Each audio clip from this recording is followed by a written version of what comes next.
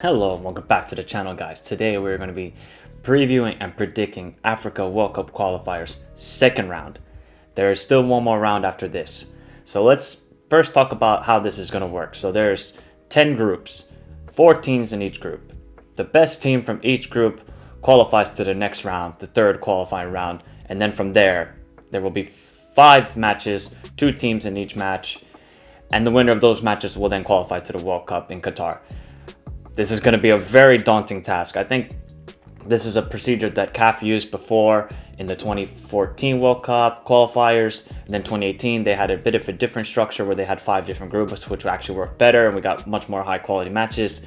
So now this is going to be just a gauntlet and a sprint, because all of these matches as well will be played from September to November. All the matches for the second round of qualifying. So, I mean, this is a sprint basically. Who can gather the players, and we have to take into consideration as well COVID. I mean, what kind of role will COVID play in all these matches? Will they get postponed? Will teams have to forfeit? There's just so much drama, so many teams.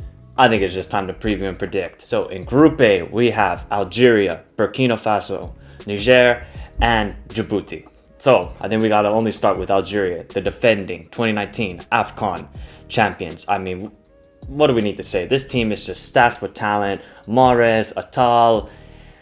They didn't qualify for the 2018 World Cup, so that's going to be a big motivation to these players to make it to the 2022 World Cup in Qatar. But I think they can do it, and I think they are the strongest team in this group by far. And if they don't make it out of this group, it's a major failure. But I believe in Algeria, with Mahrez, of course, leading the gang. Then we have Burkina Faso. You know, they have very dangerous players. Bernard Traore, Lassina Traore, who made the move to, I think, Shakhtar Donetsk. And they're always a tough team to play in the AFCON, so we got to watch out for Burkina Faso. They will definitely be the strongest team that go against Algeria in this group.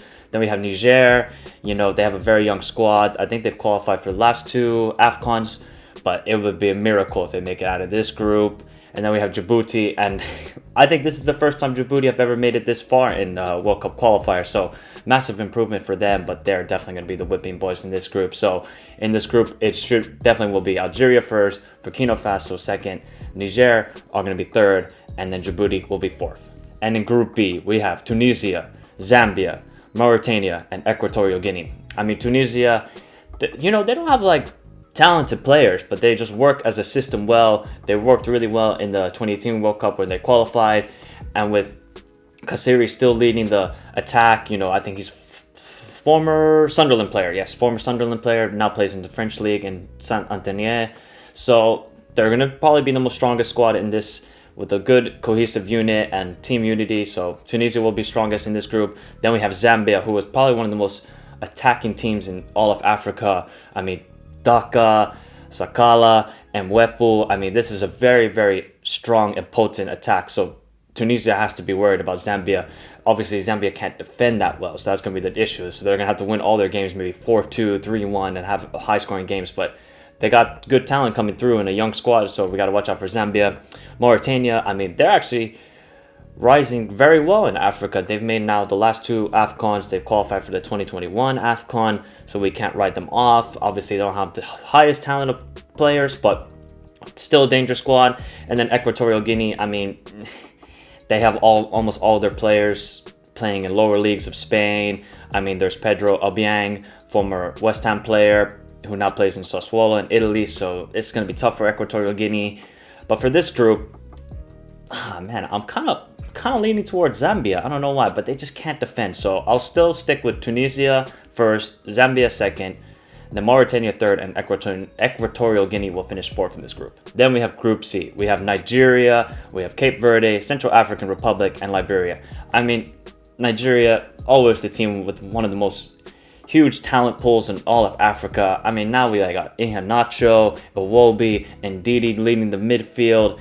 I mean, if they don't qualify to Qatar with these group of players, it's not good from Nigeria. So they have to qualify for Qatar. Obviously, it depends on the matchup that they get in the third qualifying round if they advance out of this group. So Nigeria have to just put it together. I mean, I remember they had the 4-0 lead against Sierra Leone, and Sierra Leone came back and drew the game 4-4. So this cannot happen to a Nigeria squad that is so talented. So just keep your head straight, Nigeria, and you will qualify for Qatar. And then Cape Verde, I mean, They have players playing all over Europe.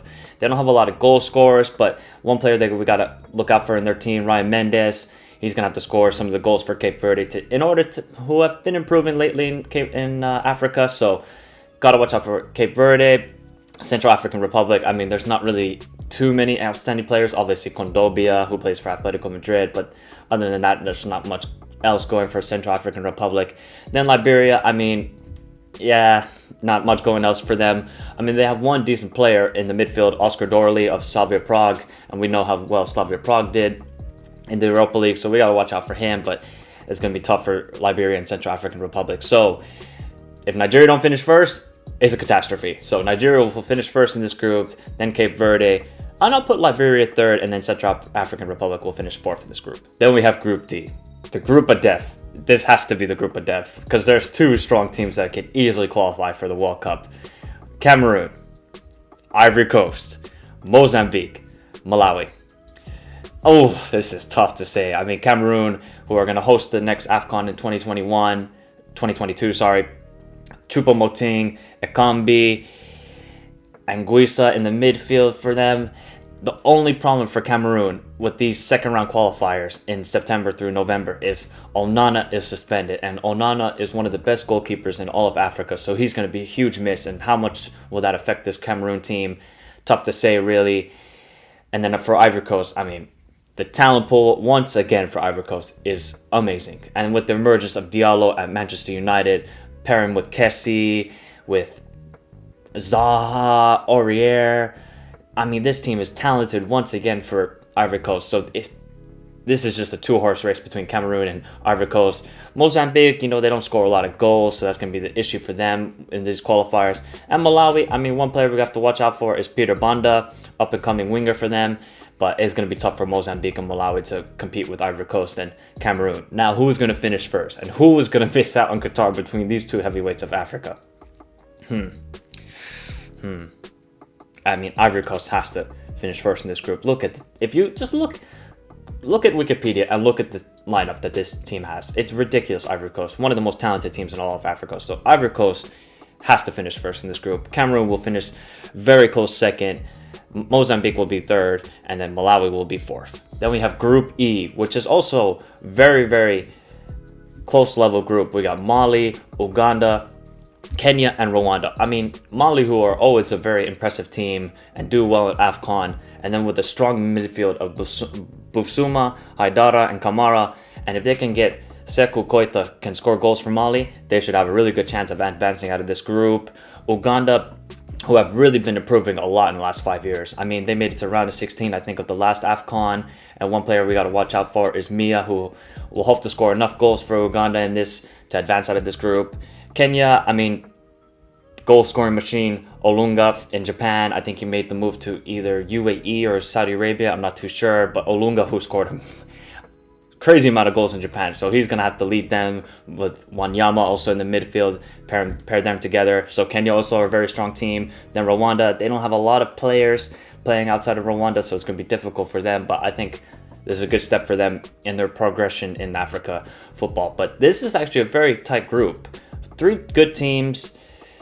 I mean, Mali are always a very tough outfit in Africa, so I expect them to do well. So Mali will finish first. They gotta just score goals. That's the key issue for Mali. Uganda will be second. Kenya will be third. So I wouldn't be surprised if these top three teams are finishing 4 points within each other to finish first in this group. So this is gonna be a very tight group. So Mali first, Uganda second, Kenya third, and Rwanda fourth. Then we have Group F. We have Egypt, Gabon, Libya, and Angola. I mean, Egypt, of course, who had a very disappointing AFCON in 2019 where they were the hosts and they got knocked out by South Africa. So they have to really bounce back. Obviously, still with Salah, El Neni. They have a great talent pool. They just got to put it together and qualify again for the World Cup like they did in 2018, which was also a little bit of a disappointing outfit for Egypt. Then Gabon, I mean, obviously, Aubameyang, Lamina. These are the stars of the team. They didn't qualify for AFCON 2019, so that's going to be a little bit of a down boost of confidence. So Gabon have to really step up, and Aubameyang has just got to lead them by the example. Then Libya, who are actually a very up-and-coming team. Musrati, who's an up-and-coming player for Braga. They have Shradi, who plays for NYCFC and MLS. So can't really ride out Libya too much. They have talent pool coming through. Then Angola, well, one player you guys remember, I know, Helder Costa for Leeds. He now switched from Portugal to Angola, so he will add some attacking prowess for Angola, pairing with Gelson Dala, of course. So yeah, I'm not 100% confident with Egypt. I don't know why. That 2019 AFCON really just bugged me out with that performance in the round of 16. So I'm still going to go with Egypt because Gabon, they're heavily reliant on Aubameyang to score too many goals. So Egypt will finish first, Gabon will be second, and now, Libya will be third, and then Angola will be fourth. Then we have Group G. Very, very interesting group as well. Ghana, South Africa, Zimbabwe, Ethiopia. Ghana, they got to bounce back after failing to qualify for 2018 World Cup. A team that we know regularly qualifies for the World Cup. They made it 2006, 2010, where they almost made it to the semifinals. 2014, where it was a tough group that they were in. But they still have to rely on the Ayew brothers and Thomas Partey, of course, in midfield. But they really need to get some more talent into the team, like Kudus, who's for Ajax, who's a really good player. I like the way he plays football, very creative, can goal score. But if you're going to rely on Ayew, that's going to be big problems for Ghana in the future. And they got to just get some more talent into the squad. South Africa, who were really impressive in AFCON 2019, they knocked out Egypt. I think they lost to Nigeria in the quarterfinals to 2-1 or something like that. They have a lot of young talent pool coming through. Under 23s are doing well. Under 21s are very good nowadays.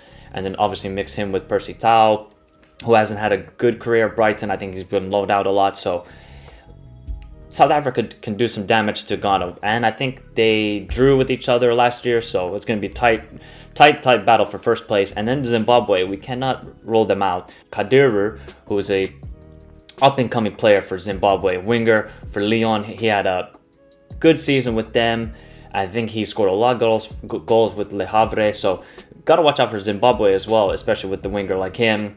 Then Ethiopia, they've been struggling now a couple of years after doing well in AFCON 2013. But I think they qualified for AFCON 2021. So a little bit of confidence going into there. And obviously most of their players playing Ethiopia, so it's hard to say and hard to gauge how well the players are. For this group, man, I really don't have confidence in Ghana anymore nowadays. They just don't have the talent pool like they used to. They have a lot of players in Europe, of course, but they don't play at high-level clubs or in high-level leagues. But I'm still going to go with Ghana to finish first, but it's not so confident. And then South Africa will finish second. But I wouldn't be surprised either Zimbabwe somehow wins this group either, because they got some good talented players. And then Ethiopia will finish fourth.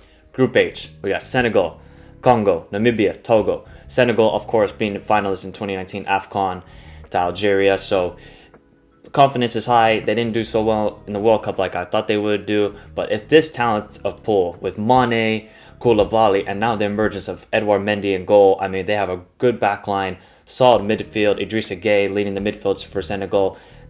They can't rely all the goals on Mane, but obviously he's such a great goal scorer and great player that they can. But they need to get some more creative players into the team. So that's going to be the key issue for Senegal, but of course they're going to qualify to Qatar. They have to with this talent pool. Congo, they have a lot of young players. Still trying to, they haven't really qualified for AFCON so much. I think they've only qualified once since 2000 to AFCON, so it's going to be tough for Congo. Namibia, after qualifying for AFCON in 2019, confidence is very high. Then you have Hoto in the midfield providing goals for Namibia, so can finish second in this group, and that would be a good improvement for Namibia. And then Togo, I mean, they're going to have to rely on Laba of Al Ain in UAE to score all the goals, and he's going to have to score 20 goals or something like that for Togo to have any chance of qualifying for Qatar. So Senegal definitely first in this group. It has to be Senegal. Then we have Namibia. I'm going to go with second because I think they're proving confidence is high into the team. Congo will finish third, and then Togo will finish fourth. Then we have Group I. We have Morocco, Guinea-Bissau, and Sudan. Morocco, of course, one of the most talented teams in all of Africa. Ziyech, Hakimi, all the Sevilla guys, a couple guys in Ajax, players who play at high-level clubs and high-level leagues all over Europe. I mean, Morocco should qualify to Qatar 2022. If they don't, that's going to be a huge disappointment to Morocco and Moroccan players. But I think they will after they disappointed a little bit at 2019 AFCON. Then we have Guinea. I mean, they have a very strong midfield. Naby Keita, Diarra of Roma. So they're going to have to just try and find some goal scorers into the team. Then Guinea-Bissau, they've qualified for the last 2 AFCONs, so we can't rule them out really. They're going to give a tough matchup to Morocco. They were tough against Ghana, I believe, in the qualifying for AFCON 2021. So Guinea-Bissau are a tough team. And then Sudan, they're going to be very defensive, but they beat Ghana last November 1-0, so we can't rule out Sudan too much. But I mean, in this group, it has to be Morocco. It has to be Morocco. I'm sorry, Guinea and Guinea-Bissau, but Morocco to finish first, definitely in this group. Guinea will be second, Guinea-Bissau will be third, and Sudan will be fourth. But Morocco, you have to get out of this group, please. And the last group, Group J, which probably is the most open group out of any of these groups. We have DR Congo, we have Benin, we have Madagascar, and Tanzania. DR Congo, of course, always a team with a lot of talent in the squad. Bakambu, of course, up top for them. He's going to have to score a lot of goals for them. But they don't really have too many players at high-level leagues. They have a lot of players playing in Belgium, of course. And then there's Bolasi, and I think there's one more DR Congo player for Middlesbrough. So, yes, they have good players, but sometimes they don't gel together and they don't play as a team. I remember watching so many AFCONs, and sometimes DR Congo just disappoint. So got to take that into considerations. Then Benin, who actually made it to the quarterfinals of the AFCON in 2019, so they're really impressive. I mean, Mouni, the striker for Benin, he had a good season in Ligue 1, so we got to watch out for him. And then Madagascar, who have really been impressive in the last couple of years in Africa, but they have a bit of drama now going into it. Their manager, Nicolas Dupuy, he was sacked in April, so they have a caretaker manager. So how will that affect Madagascar and their progression in Africa? Because they've really been progressing well in AFCON and African Cup and African qualifiers. So one player we've got to watch out for Madagascar is Raveloson, who has been really good goal scoring form in LA Galaxy in the MLS. So got to watch out for him. And then Tanzania, I mean, they're going to have to rely on Samata, but Samata has really dropped form since the move from Aston Villa, and then he didn't even play well at Aston Villa. Then he went to Turkey, and I think he's now playing at Fenerbahce. So Tanzania are really going to have to rely on Samata to score the goals. But I don't know. I don't really believe in DR Congo in this group. So I am going to go with Benin first because they are impressive. They don't really have the highest talent of players, but they somehow played together well, and I'm really impressed by them in the last AFCON. So Benin will finish first. Then it's going to be Madagascar second, DR Congo third, surprisingly, yes, I know. And then we have Tanzania fourth. But that is all the groups, guys. Whew, I'm out of breath. That was so much talking. 10 groups, 4 teams in each group. You guys let me know in the comments who will win each group, who will advance to the third round of qualifiers, and then the third round of qualifiers. I mean, some of the matchups that we could have Senegal versus Nigeria, Senegal versus Morocco, Algeria versus Egypt. I mean, some of the matchups we could get is going to be crazy. And obviously, I have a preview and predict. And those matches will happen in March for you guys to know. But you guys let me know in the comments who will win each group, who is the best team in Africa at the moment ahead of the AFCON that it will happen in 2022. So you guys let me know in the comments. And if you're new around here, remember to subscribe to the channel. Helps boost the channel more. And yeah, like the video. Enjoy the World Cup qualifiers. They will start in September, so still time to think about who will come out of this, who will win each group. But enjoy the games. Stay safe, everybody. And peace.